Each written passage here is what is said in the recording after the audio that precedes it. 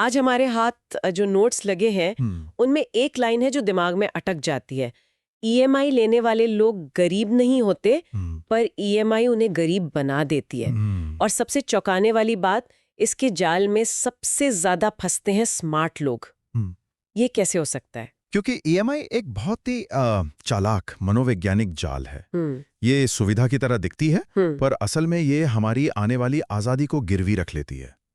और ये हिसाब किताब करने वाले दिमाग को ही धोखा देती है। ठीक है, तो इसी जाल को समझते हैं। सबसे पहले यही कि स्मार्ट लोग ही क्यों, जो हिसाब किताब में इतने अच्छे हैं, वही कैसे फंस रहे हैं? देखिए, दिक्कत वहीं से शुरू होती है। एक आम इंसान कैश में सोचता है, जेब में पैसा है या नहीं। करेक्ट। पर एक स्मार्ट दिमाग कैलकुलेट करता है, क्या मैं इसे अफोर्ड कर सकता हूँ। वो 2 लाख रुपए का फोन एक साथ देने के दर्द को देखता है, और फिर 6,000 रुपए महीने की आसान किश्त को। हाँ, ये तो है। दिमाग तुरंत बोलता है चल ये तो हो जाएगा।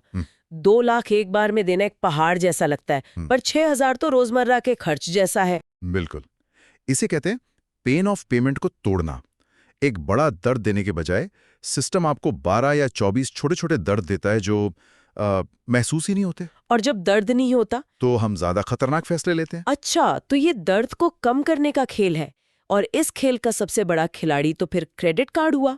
स्वाइप करो, भूल जाओ, पैसे तो जेब से गए ही नहीं। विज्ञान भी यही कहता है। जब आप कैश देते हैं तो दिमाग का जो पेन सेंटर है वो सक्रिय हो जाता है।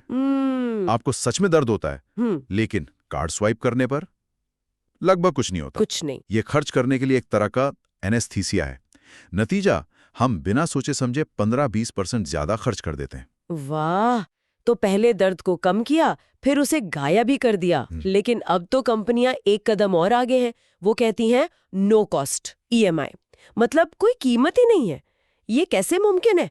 कोई मुफ्त में पैसा क्यों देगा भला? ये मार्केटिंग का सबसे बड़ा धोखा है।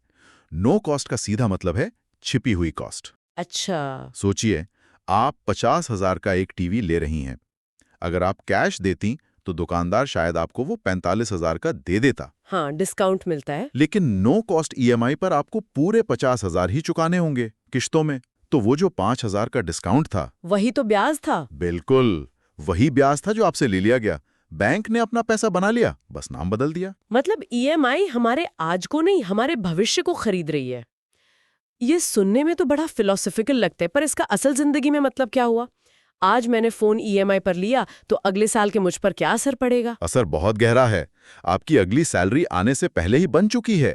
घर का किराया, फोन की ईएमआई, गाड़ी की ईएमआई, सब पहले से तय है। आपकी कमाई आपकी रहती ही नहीं, वो बैंकों की हो जाती है। आप कोई जोखिम नहीं ले सकते। नौकरी बदलने से डरेंगे। कोई नया बिजनेस शुरू करने का तो सोच भी नहीं सकते। ईएमआई आपकी बॉस बन जाती है और आप उसके एक तरह से बंधुआ मजदूर। लेकिन सोर्सेज में लिखा है कि बैंकों को सबसे ज्यादा पसंद वो लोग हैं जो समय पर ईएमआई देते हैं। क्यों? क्योंकि डिफॉल्टर एक सिरदर्द है। रिकवरी करो, केस करो, बहुत झंझट है। लेकिन एक अनुशासित ग्राहक जो हर महीने की पहली तारीख को चुपचाप अपनी ईएमआई भर देता है, वो बैंक के लिए सोने का अंडा देने वाली मुर्गी है। अच्छा। वो एक पक्का मुनाफा है, सालों तक चलने वाला। बैंक का आदर्श ग्राहक वो है जो कभी देर नहीं करता, पर कर्ज से कभी आजाद भी नहीं होता। एग्जैक्टली। ये तो एक जाल है। मतलब अच्छा और जिम्मेदार ग्राहक होना ही आपको फंसाए रखता है। तो खेल स्टेटस का नहीं, कंट्रोल का है। ईएमआई शायद आपको लेटेस्ट गैजेट देकर स्टेटस दे दे, पर ये आपसे आपकी जिंदगी का कंट्रोल छीन लेती है। इसीलिए इससे बचने का एक बहुत सरल नियम दिया गया है। अपनी आय के आधार पर खर्च मत करो। पहले अपनी आय बढ़ाओ, फिर खर्च के बारे में सोचो। सही बात है। और क्रेडिट कार्ड को एक टूल, मतलब एक सुविधा की तरह इस्तेमाल करो, अपनी पहचान बनाने के लिए नहीं। और आखिर में ये एक लाइन सब कुछ कह देती है। समस्या पैसा नहीं है, समस्या समय पर लिए गए गलत फैसले हैं। और ईएमआई उन गलत फैसलों को खतरनाक रूप से आसान बना देती है।